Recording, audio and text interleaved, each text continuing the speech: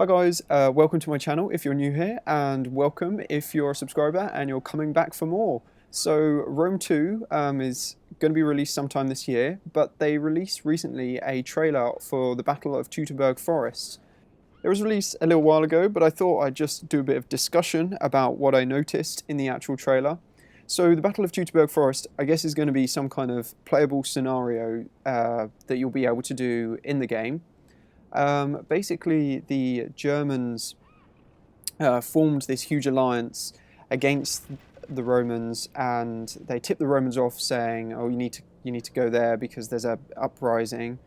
And the Romans moved, I think, 3 legions through this area, through this Germanic forest, and the Germans were just waiting them, and the Germans completely destroyed them. So that's why at the beginning of the trailer it starts off with Augustus, the emperor at the time, saying, "Varus, give me back my legions," because Varus was the Roman general at the time that was leading those legions. So in the trailer we see some pretty interesting things. Also, just as a funny kind of side note, the numbers that were used for those legions, the 3 legions, they were never used again because they just, I don't know, bad luck or something. They just never used those numbers to name any of the legions in Roman history. So things that I noticed, the shields that the Romans were carrying all had unique dirt or scratch effects. They all had their different kind of patterns.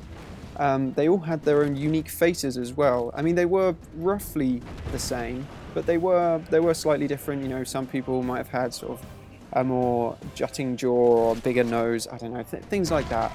But that looked really cool. They all have facial expressions, which is something that they've been boasting about, which really adds to the effect.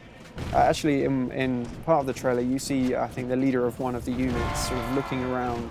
I'll come on to that later because that was quite interesting. So it looks like forests are going to be a lot more dense and darker, which are going to allow more ambushes to take place. This may be in particular areas of the campaign map. I mean, I'm just purely speculating now, but that will. They look like you can ambush people. Some of the forests in Rome 2, in Rome, then we were like kind of 5 trees dotted around, and apparently your people were hiding there. But yeah, it looks like they're actually going to really look like you could hide a band of warriors in the forests. So I think there are definitely going to be better ambush tactics. Something that was quite obvious was that the hay balls that they roll down, they're on fire. So we're going to have deployable battlefield technology to ambush people. I also noticed after these, just before the hay balls were rolling down and hit the Romans kind of adopted this defensive square formation. I haven't had a chance to look that up actually. There might be something documented about that. So they seem, basically they formed this square where they were all looking outwards. Just a defensive formation, not like Testudo because it had a big basically hole in the middle. So that might stress that there's going to be emphasis on different types of formations, and some of them you're going to want to use at exactly the right time. I also noticed, like the other Total War games, the general is slightly more elaborate looking. He had a nice helmet with a feathery bit, or horsetail I think it is, or something. Also, there's a huge number of soldiers fighting. Like partway through the trailer you see, I don't know, it must be like thousands of people running down the hill to engage in combat. So maybe you can scale up the unit size to be really huge. Or I don't know whether that was just for kind of cinematic effect. So yeah, and also attack dogs. They were in the trailer as well, so I'm sure they're going to be making a return. You'll be able to use those. Also, something that's quite interesting. One of the Germans used a javelin midway through the battle, even though they were all, because normally in the Rome games they use their javelins and then they charge. So I mean, that might be a tactic that's still used by the Romans, because I think that is a historical thing that they used to do. But it seems like maybe for particular tribes or whatever, you'll be able to use your javelin even though you're engaged in combat. If you've got enough room and you might get someone charging at you, you could just throw it at him. So that was really cool. Now this is just sort of a bit more kind of speculation, just a thought that I had.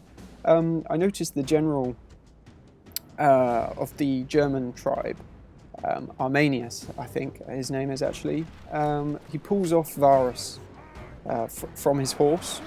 So this might show that there's going to be variable fighting styles between different units. So some people might just be killed or shot whilst they're on horseback and then fall off. Or some, if you've got a spear, the horse might get stabbed and then fall. The rider gets crushed or something. Or the rider could get pulled off his horse and then has to fight on foot. So we might see more kind of variable fighting styles like that. It'd be really cool if that was the case. They also, I think Creative Assembly mentioned that they showed off something called line of sight. Now I wasn't really sure what it was because I don't think it really made it clear, but these are just my thoughts. So partway through the trailer, near to the beginning, before they were ambushed, it shows the unit, or shows a unit leader kind of looking around. I'm